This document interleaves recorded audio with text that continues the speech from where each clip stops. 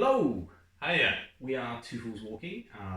So this video is going to be sort of two parts. It's a little bit like what gear we brought on us with the Cape Wrath, but also kind of what happened and why we're here and not on the trail right exactly. now. So we realised after making the videos of the section of the Cape Wrath Trail we hiked, it wasn't immediately clear exactly what was going on.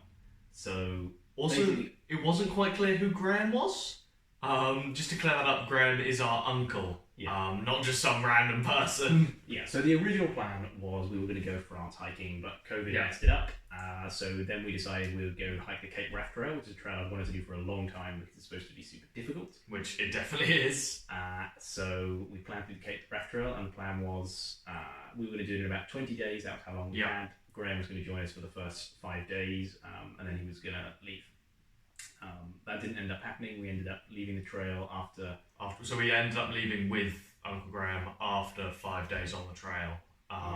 So essentially we had there was exceptionally bad weather for September, and the roads were completely, or the trail was impassable. The rivers were like, there's a lot of river crossings on the Cape Wrath. It's not like a path with bridges. It's a lot of just go straight across this river, and they became dangerous and impassable. So we just had to turn back, and that then compounded with some injuries. So CJ had a bad knee. Basically, things like this.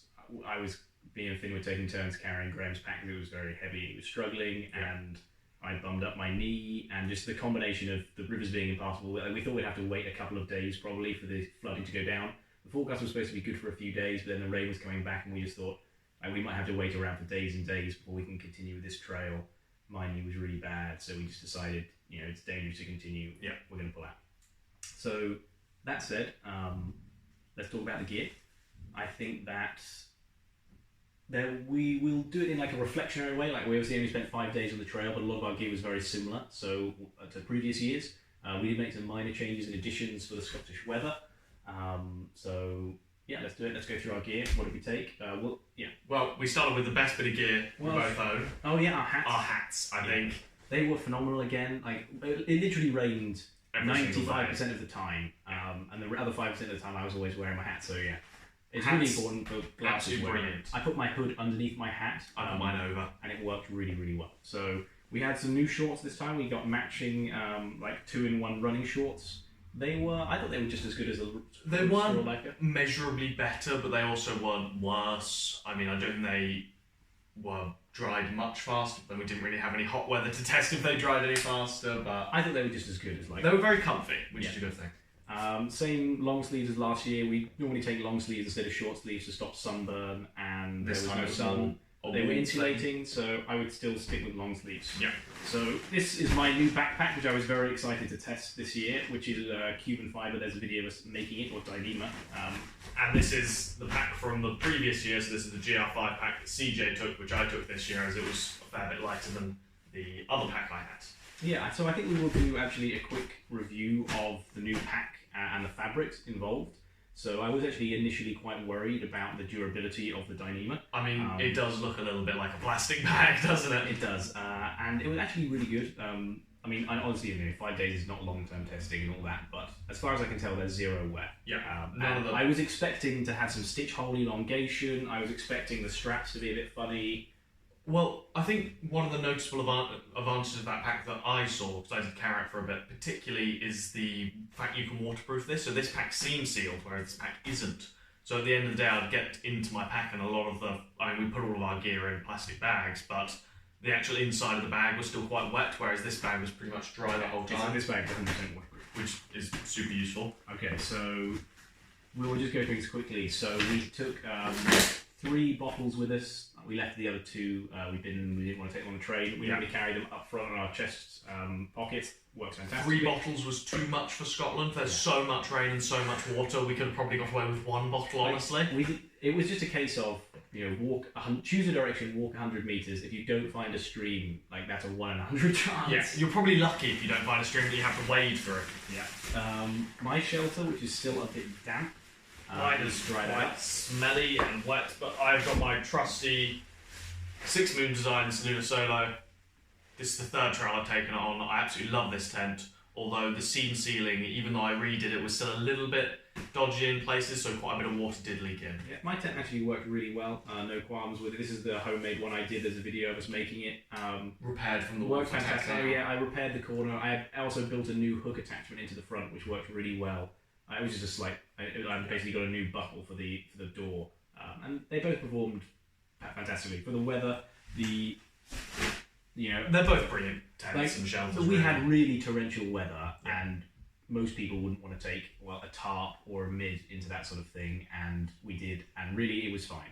It was one of these things, like we always say, it was 97% dry, so some water gets in, but it's okay, it's not the end of the world, and even that held true in Scotland as well.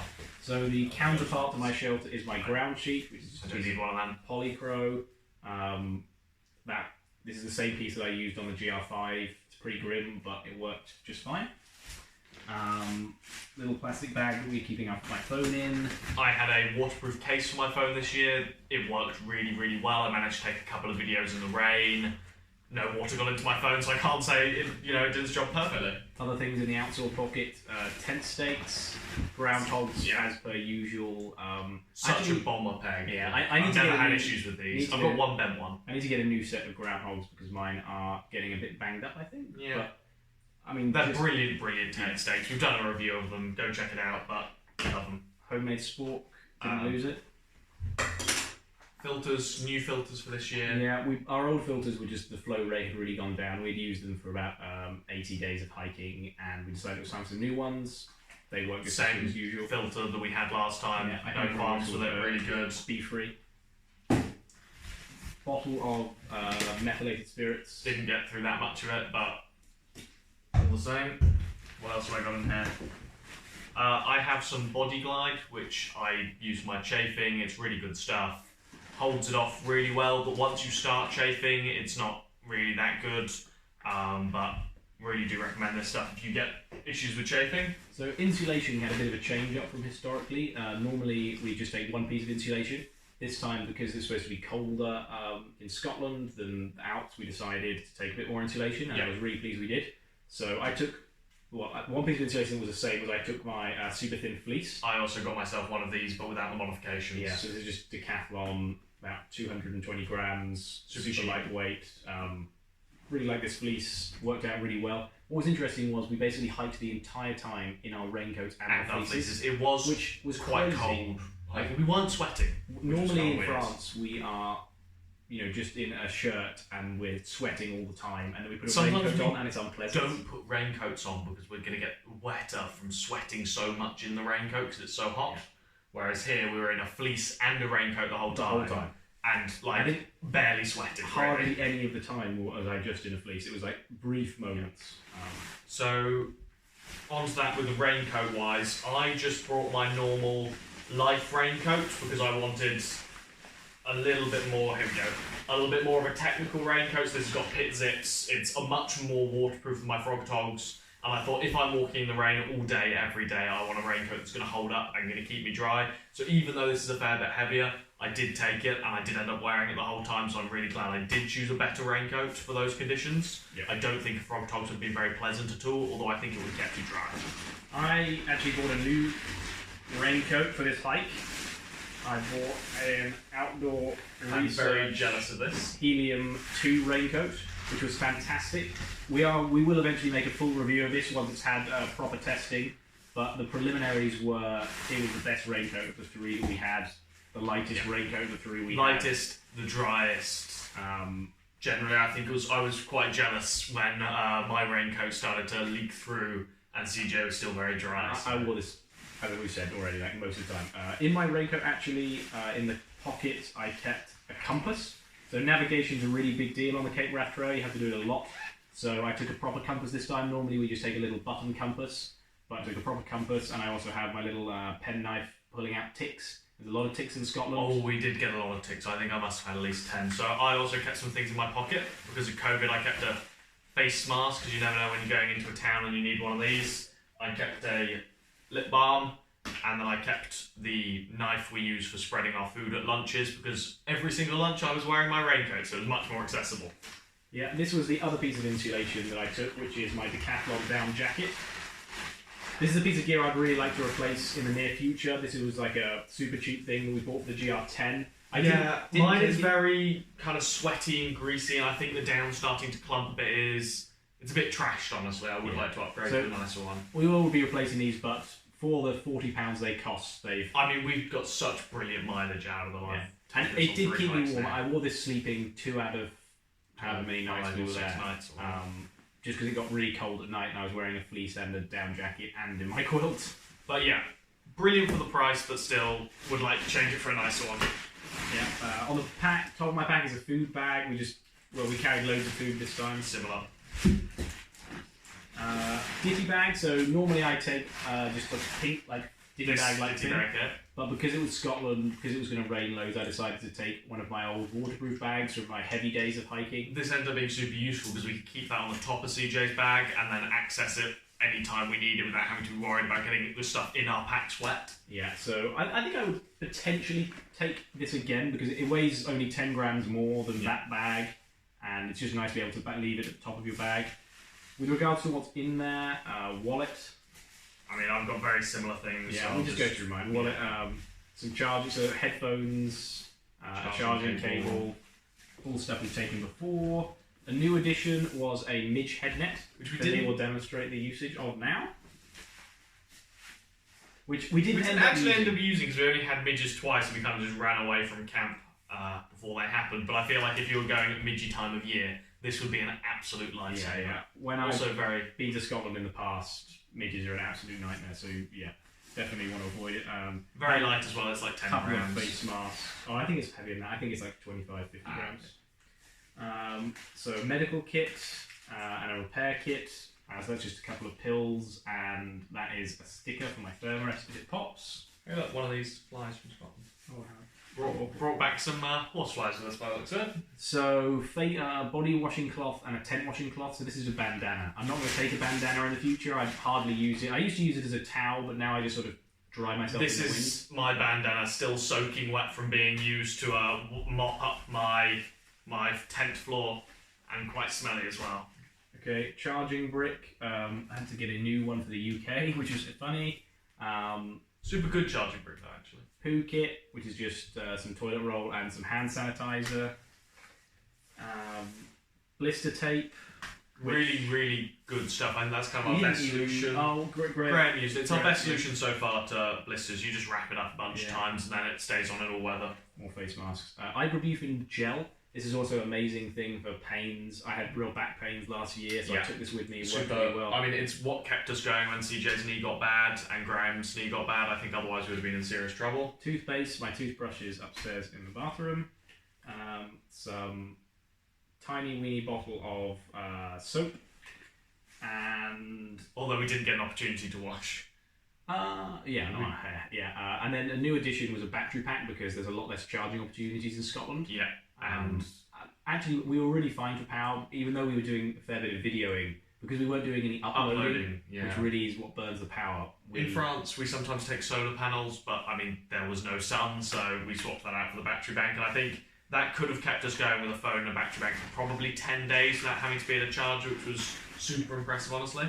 So this is we took paper maps this time. We wouldn't normally take paper maps with us because the trails are normally waymarked, but the Cape Wrath Trail is not waymarked, and not only is it not waymarked, most of it is off trail. Most of it doesn't have paths. It's like, this is one feature, this is another feature, figure out a way between them. This is a waterproof map printed on plastic. Strongly would recommend these maps if you're going to do the Cape Wrath Trail. It's called an XT40 by the Harvey Maps. They were really good. I thought it was more than enough detail for the navigation. I agree. It's about half the resolution of a proper OS quality map, but it just shows the trail. I think this is this is the ideal solution for the Cape Wrath Trail. They're not available for all hikes. We also have the Cicero guidebook for the Cape Wrath Trail, which was pretty good, really.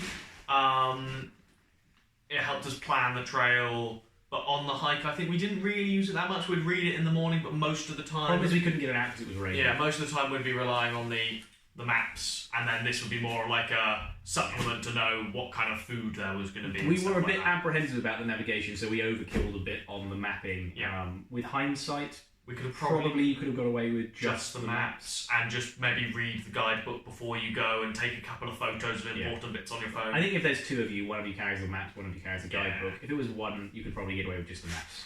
My cook kit, same cook kit we've done in our review videos before, worked fantastically. Really just a solid, reliable. It's not the most efficient and it's not the fastest, but we've never had issues with it. I actually really got into cooking in my tent this year. I discovered that if I pitched my tent, put the ground sheet like in one side, I could actually put the burner like in the middle of the tent by the pole and cook inside my tent really comfortably, which is amazing. When it was raining, I could be completely inside and cook up. So that was a nice discovery. Made me feel a bit better about hiking the rain. Then I've got my Fleece Bottoms.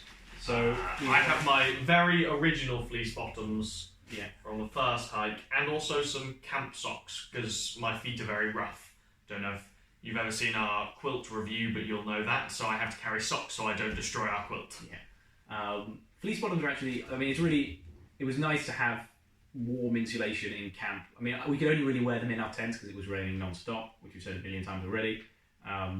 Fleece trousers are just like a really cheap alternative to thermals, but I actually think they're warmer for the weight. They're very comfy to sleep in as well. Yeah. My Thermarest, which did just as well as it normally does. Yeah, I've managed to, kind of explode 2 Thermarests. This one didn't explode, but it only had 5 days, although it is very wet at the moment, and I think that's just a symptom of my tent getting wet, but it only would have taken half an hour of sunshine to fix that, so it wasn't really an issue. And then I think we've come to the last object, which is our quilts, which are the same quilt as always.